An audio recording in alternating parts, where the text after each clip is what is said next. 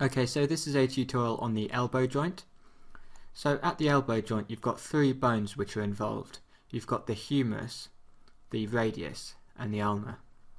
So there are actually three articulations involved with the elbow joint.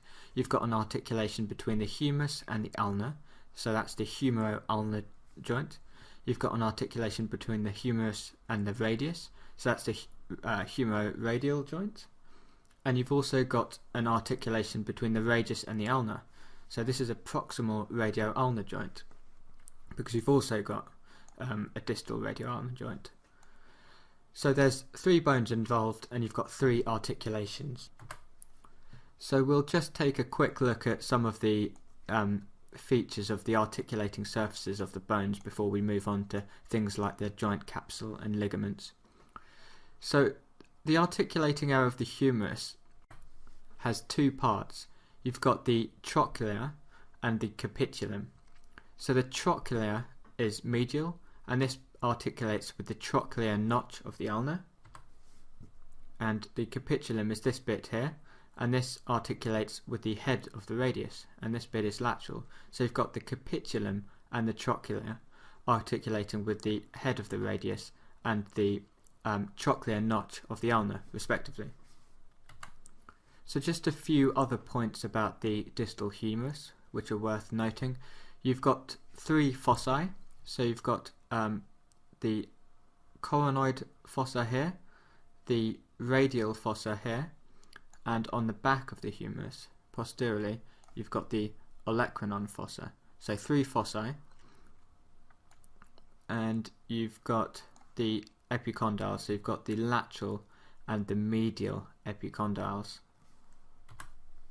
So let's just take a quick look at the ulna and the radius. So I've just switched over to an isolated view of the ulna. So you can see this notch here. This is the trochlear notch, and this is what articulates with the trochlear of the humerus. And just below this notch you can see this sort of depression here. This is another notch called the radial notch, and this articulates with the head of the radius. And at this articulation you get pronation and supination. This little bit here is called the coronoid process, and if I rotate the ulna posteriorly we can have this is the olecranon process. So those are a few features of the ulna which are worth noting before I go on to talk about other features of the elbow joint. So I've just switched back to this view, and you can see the head of the radius articulating with the ulna at that little notch I showed you, the radial notch on the ulna. And so now you can see the humero-radial articulation between the capitulum of the humerus and the head of the radius, the trochlear of the radius, the trochlear of the humerus and the trochlear notch of the ulna, and the radio-ulnar articulation, the proximal radio-ulnar articulation between the head of the radius and the radial notch of the ulna. So what movements do we get at the elbow joint? Well, at the humero-ulnar and the humero-radial joint we get flexion and extension, so flexion up this way and extension back this way. So the humero-ulnar joint is a hinge joint, and the humero-radial joint is a limited ball and socket joint. And at this joint here, the proximal radio-ulnar joint, we get supination. So supination is when the hands are in this position. In the anatomical position, the hands are supinated. If the radius rotates over the ulna to bring the hand to face towards the body, that's pronation.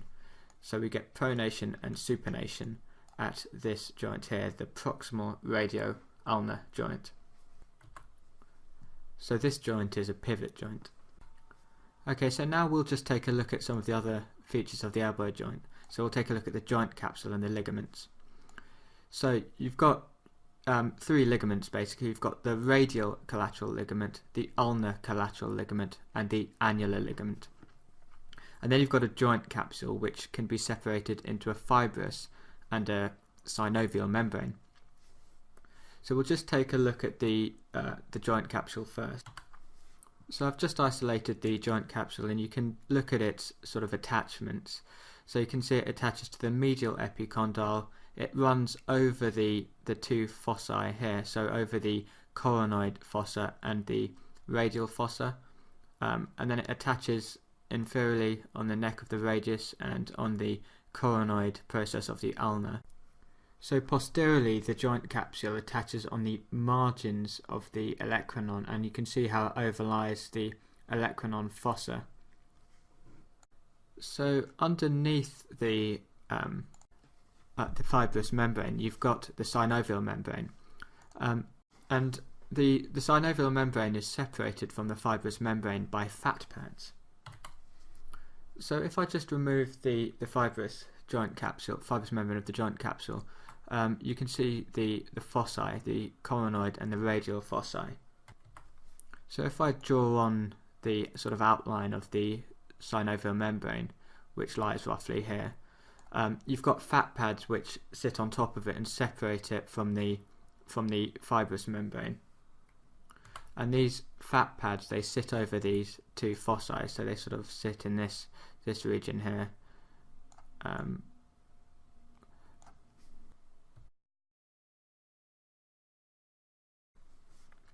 And if I rotate the model around, you've also got a fat pad which overlies the olecranon fossa.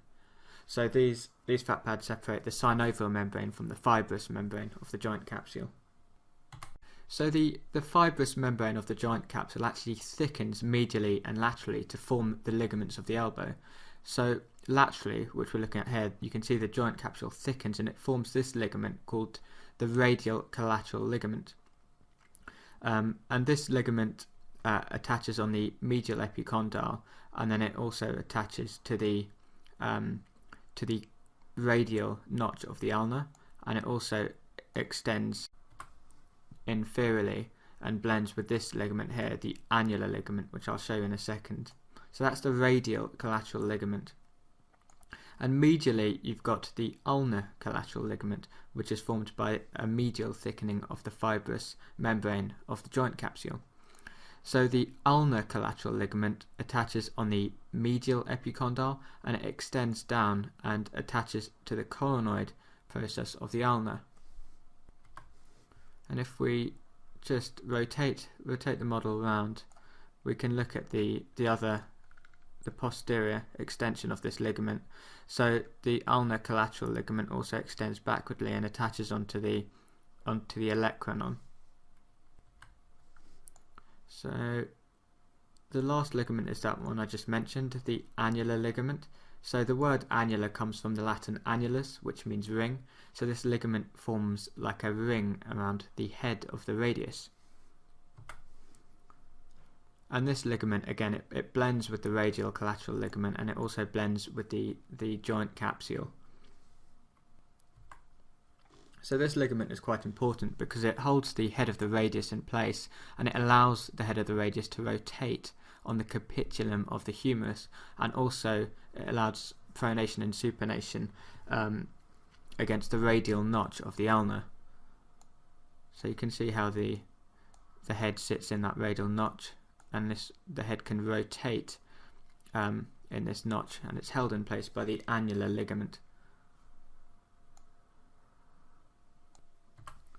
So those are some features of the elbow joint. So the things to remember are that there are 3 bones involved: the humerus, the radius and the ulna, and there are 3 articulations. So between you've got a humero-ulnar, a humero-radial and a radio-ulnar articulation, and you've got a joint capsule which consists of a fibrous and synovial membrane.